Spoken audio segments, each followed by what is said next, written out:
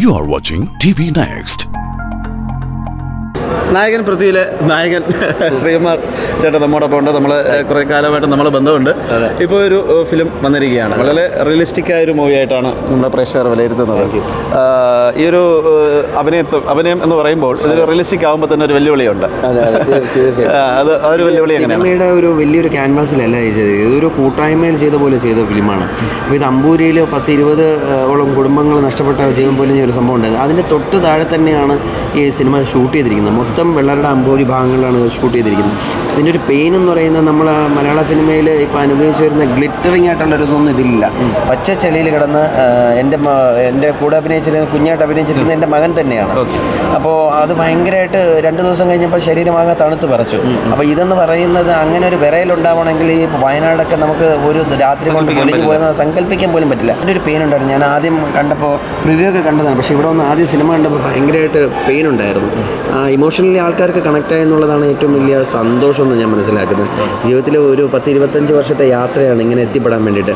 ആദ്യമായിട്ട് ഒരു വലിയൊരു സ്ക്രീനിൽ നമ്മൾ നായകനായിട്ട് എത്തുമ്പോൾ അത് ദൈവത്തിനോട് തന്നെയാണ് നന്ദി പറയുന്നത്. എൻ്റെ കൂടെ കൂട്ടിനുള്ളത് എൻ്റെ കുടുംബമാണ്. എൻ്റെ ഭാര്യ സൗമ്യ, എൻ്റെ മക്കൾ 3 മക്കൾ വരെ, അവരുടെ പ്രാർത്ഥനയും എൻ്റെ ഒരു കഷ്ടപ്പാടുമാണ് ഇതിൻ്റെ ബാക്ക്ഗ്രൗണ്ടിൽ. പിന്നെ പ്രസാദ് എഡ്വേർഡ് എന്ന് പറയുന്ന നമ്മുടെ സംവിധായകനും VB മാത്യു ചേട്ടനും ഇല്ലായിരുന്നെങ്കിൽ നമ്മൾക്കൊരു വെള്ളിയാഴ്ച ഉണ്ടാവില്ലായിരുന്നു. അല്ലെങ്കിൽ മകൻ്റെ ആക്ടിങ് കണ്ടപ്പോൾ എന്ത് തോന്നുന്നു?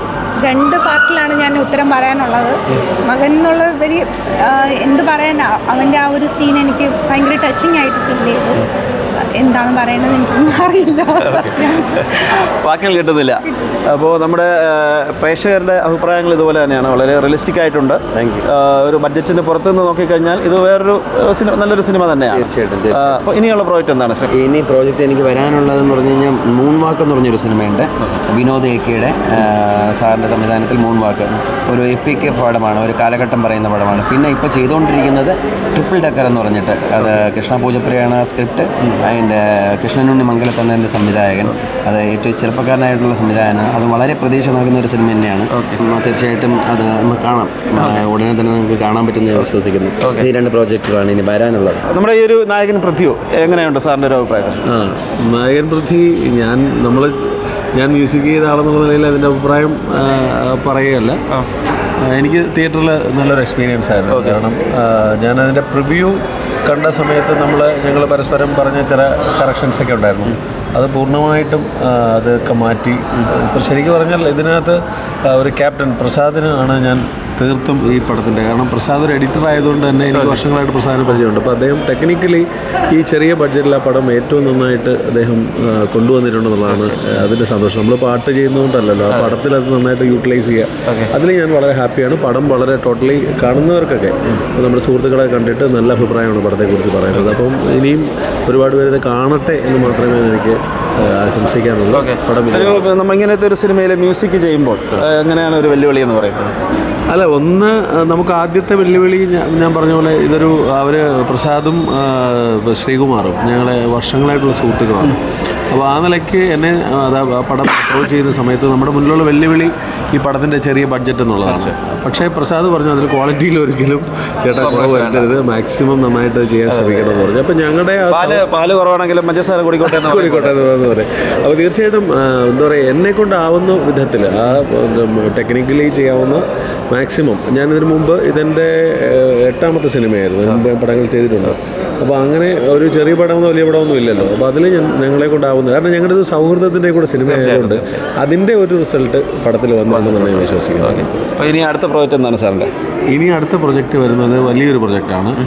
പിന്നെ മുമ്പ് നാഷണൽ അവാർഡ് 2012 നാഷണൽ അവാർഡ് കിട്ടിയ പാമ്പള്ളിയുടെ ഒരു ബിഗ് ബഡ്ജറ്റ് മൂവിയാണ് ഞാനിപ്പോൾ വർക്ക് ചെയ്യുന്നത്. വേറൊരു സന്തോഷ് ബാലകൃഷ്ണൻ്റെ പടവും ദ്വയം എന്ന് പറയുന്ന പടം ഞാൻ ചെയ്തിരുന്നു.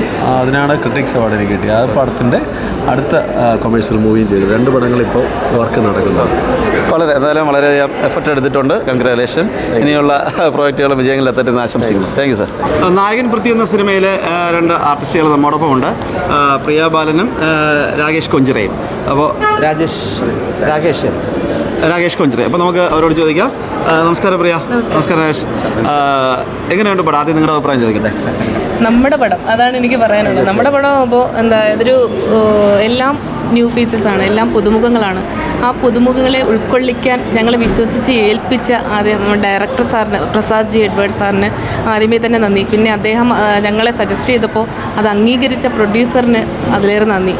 കാരണം ഞങ്ങളൊരു പുതുമുഖങ്ങളാണല്ലോ ഒരു സിനിമയുടെ തുടക്കം. ആ ഒരു സിനിമയിലൂടെ തന്നെ പിന്നെയും പല പല വേഷങ്ങൾ ചെയ്താണ് ഒരു താരങ്ങൾ ആയി മാറുന്നത്.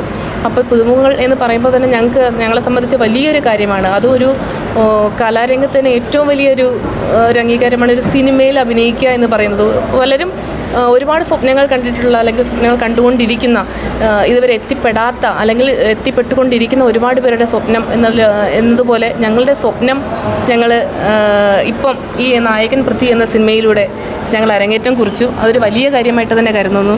അതുപോലെ തന്നെ കേരളത്തിലെ ഒരു വലിയ ദുരന്തം, അത് അമ്പൂരിയിലുണ്ടായ വലിയ ദുരന്തം, അതുപോലെ തന്നെ ഇപ്പോൾ വയനാട്ടിലുണ്ടായൊരു ദുരന്തം. പക്ഷേ ഞങ്ങൾ മുൻകൂട്ടി അറിയാതെ തന്നെ ഇപ്പോഴാണ് വയനാട്ടിൽ ദുരന്തം ഉണ്ടായത്. ഈ 1.5 വർഷങ്ങൾക്ക് മുന്നെയാണ് ഞങ്ങളുടെ ഈ ഫിലിം ഷൂട്ട് കഴിഞ്ഞത്.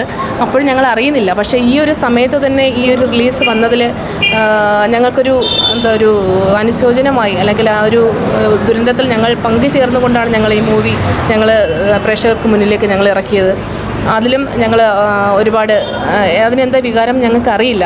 ആ ഒരു ഇമോഷനിലാണ് ഞങ്ങൾ നിൽക്കുന്നത്. അതുപോലെ തന്നെ മൂവിയെക്കുറിച്ച് പറയുകയാണെങ്കിൽ ചെറിയൊരു ബഡ്ജറ്റിൽ വലിയ സംഭവങ്ങളാണ് ഞങ്ങളിതിൽ കാണിച്ചിരിക്കുന്നത്. ചെറിയ ബഡ്ജറ്റ് എന്ന് പറഞ്ഞാൽ പുതുമുഖങ്ങളെ വെച്ച്, അല്ലെങ്കിൽ ചെറിയ പരിമിതികൾക്കുള്ളിൽ നിന്ന് വലിയൊരു പ്രോജക്റ്റാണ് ഞങ്ങൾ ഇറക്കിയത്.